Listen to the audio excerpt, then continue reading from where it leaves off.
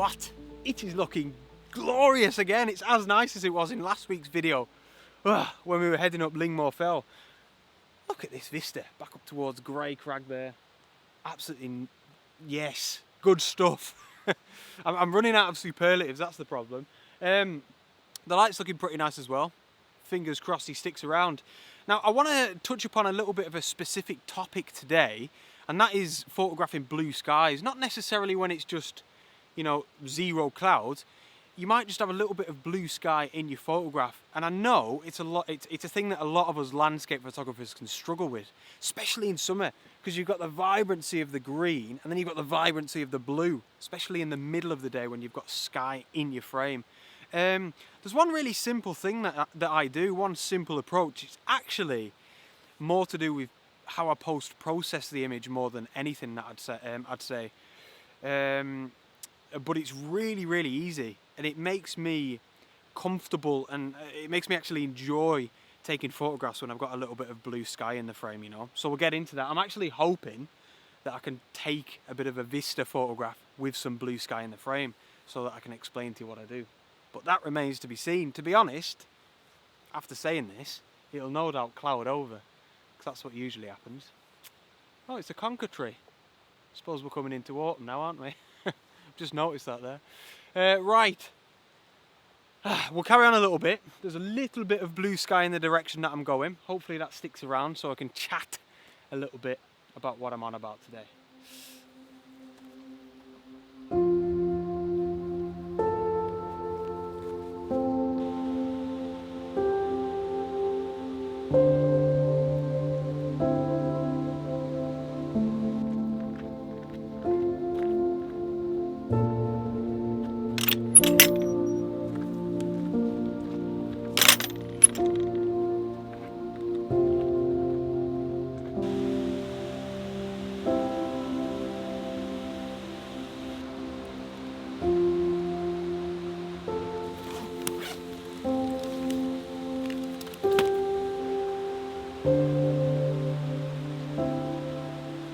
So I'm finally comfortable with the photograph. I've been here for about 15 minutes just trying to perfect this composition, but we're there now.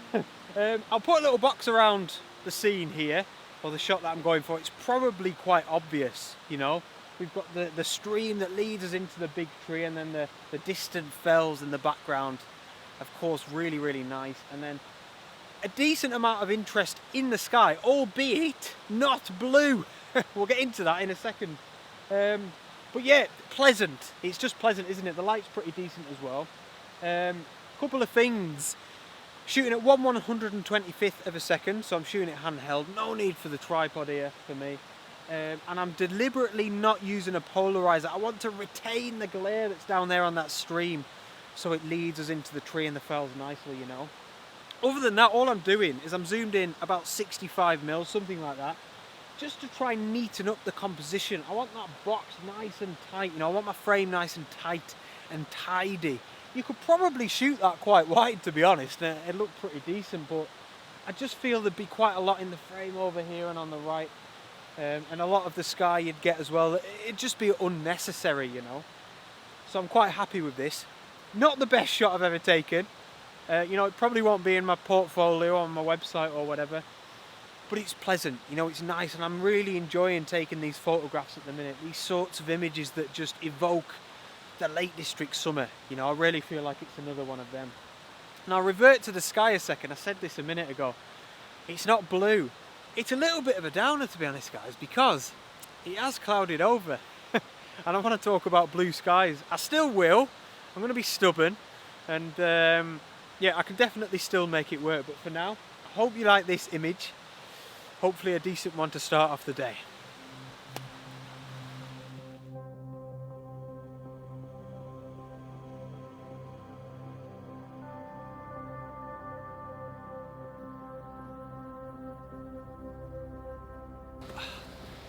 So you can see, it's quite bright that, isn't it?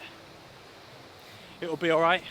Just going to say you can see that the light's quite nice. I'm going to walk and talk for a little bit whilst we talk about blue skies, because I want to make a little bit of progress. Fortunately, this approach to blue skies is very simple. I'm going to put an image up on the screen here that I captured in my last video when I went up Lingmore Fell. This is actually the image that got me thinking about this particular topic. All I do when I get my images into post-production, into Lightroom, which is what I use, is I like to bring down the saturation of either the sky or bring down the saturation on the blue slider in Lightroom. And I just feel it really helps to stop your blue sky in your photograph from being so overwhelming. And I think that that's the problem. You know, when you've got a lot of a blue sky in your image, it can be really loud and overwhelming. It just takes over the photograph. Whereas if we can bring the colour, bring the saturation of that blue sky down a little bit, it's a complete win-win, because you still want to tell the story of the blue sky. You know, don't bring that slider down the whole way so you've got a grey sky. But it allows other parts of the photograph to come alive, and that's exactly what I feel like I managed to do in this photograph. It's a perfect example as far as I'm concerned, because it always reminds me that the colour blue can be quite a problem in those sorts of scenes, and yeah, really overwhelming. So it's good in a way, because you can probably watch the rest of this video and then take one of your old images into Lightroom or something and give it a go. It's definitely subjective. It's what I love to do. It's my personal opinion. You might hate it when you try out one of your own images, but I'd urge you to give it a go, because it's been probably a bit of a revelation for me, to be honest. You know, and like I said earlier on in this video, it makes me feel comfortable to take photographs when I've got blue sky in the frame, you know. So give it a go and comment below. Let me know what you think, if it worked for you or not. Right, I'm going to crack on, because like I said a second ago, I want to start making a little bit of progress up towards the knot.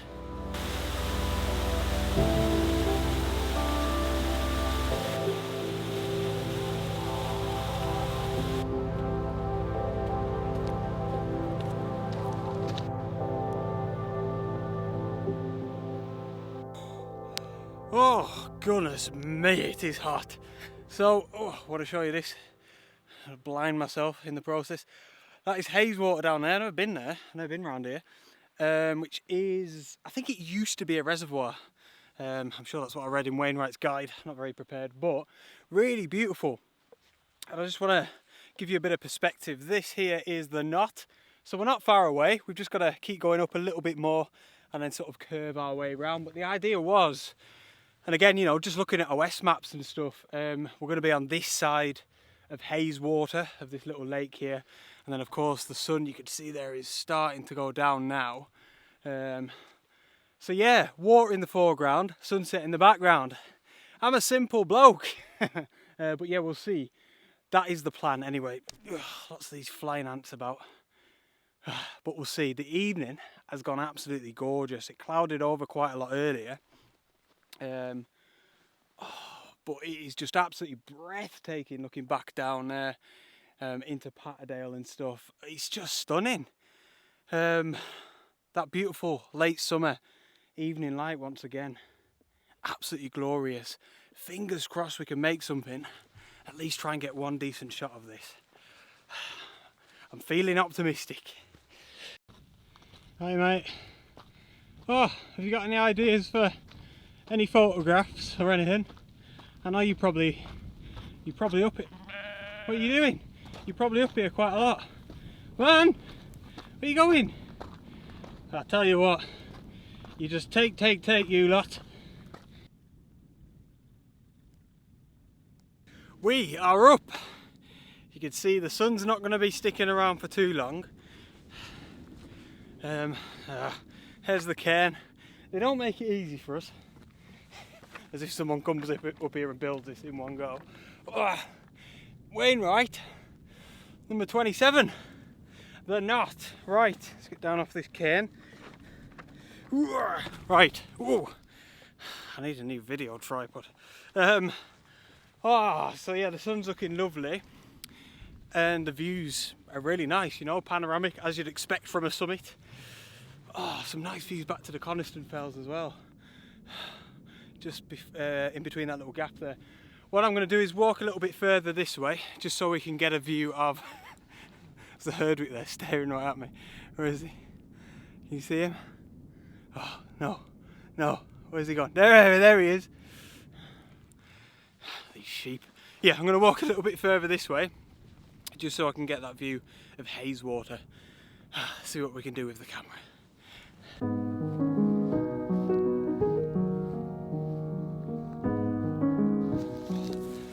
So you can see there, if I move my head out of the way, whoa, we've got a nice view of Haze Water. The sun, you can probably tell by my face, is still up and over the mountains, but I'm not feeling it with the sun out. In fact, I just want to sit here and enjoy watching the sundown, watch it go behind the mountains, you know. And yeah, I just don't really think there's a photograph whilst the sun's out. I think what I might try and do, I didn't realise Haze Water was going to be so sort of long, you know, so I'm already thinking I might like to try and do a panel, because there's some nice there's some nice collection, of distant fells off in the background as well. Decent bit of interest in the clouds on top of that, and so I might do a panel when we hit sunset and just kind of hope that we get a little bit of colour in the sky. So yeah, enjoy the sunset for now, keep the fingers crossed that something happens with the clouds, and have a little bite to eat.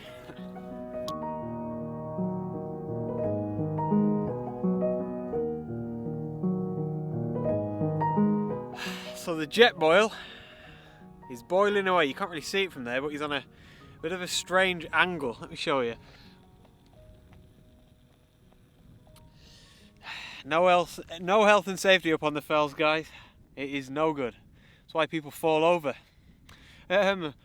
So it was quite a nice sunset. The sun went down slowly, as it does. Went behind a bank of cloud, and it's left us with some pretty nice colour in the sky, to be honest. It's one of them. Must be like 4 or 5 minutes after the sunset now, where it looks like it's probably going to get better and better over the next several minutes and then fade out. You know, it's become a bit of a cliche, but it's so true. Always stick around after the sunset, even just for sort of 5 or 10 minutes, because things can get a little bit better after the sun's gone down, and this is definitely one of them instances. So I've got the 24-200 zoomed in, what looks about 40 mil here. And I'm doing a panel, exactly like I said. It's about 4 shots from left to right, of course. I've made sure I've leveled out my tripod, all of that business. F11, ISO 64 and 1/6 of a second. And as always with a panel, same settings throughout, same focal point throughout, everything manual. And yeah, 4, maybe 5 shots from right to left, but I'm getting exactly what I wanted. That whole stretch of Haze Water. And you know what? We've got the nice colour in the sky, in the clouds up there. We've got this sort of nice glow. Perhaps it's coming, you know, bouncing back down off these big fluffy clouds here, and we're getting some nice light on the land as well. And to top it all off, over on the right hand side of the frame, let me try and show you this. Just over where the sun was setting, actually, we're getting quite a big patch of blue sky as well. So all is not lost. With reference to the video topic, this isn't exactly what I was on about, because it is the evening here. You know, I think the blues can look quite nice in the evening. However, looking at them now, it is a little bit too blue, so I'm going to do that exact technique. I'm going to bring the blues down a little bit up there in the sky, just so it doesn't overwhelm what's going on with the rest of the sky, especially because I want it to be about the sunset colours up there. But that is that. Thanks again for tuning in, and I really appreciate your support. I hope you like this last panel image. I'm going to enjoy what's coming out of that jet boil. I'm going to be glad to get it away from that angle. But yeah, thanks for tuning in. Please, as always, give the video a thumbs up if you enjoyed it. It always does help me out. And I'll see you on the next adventure. Out.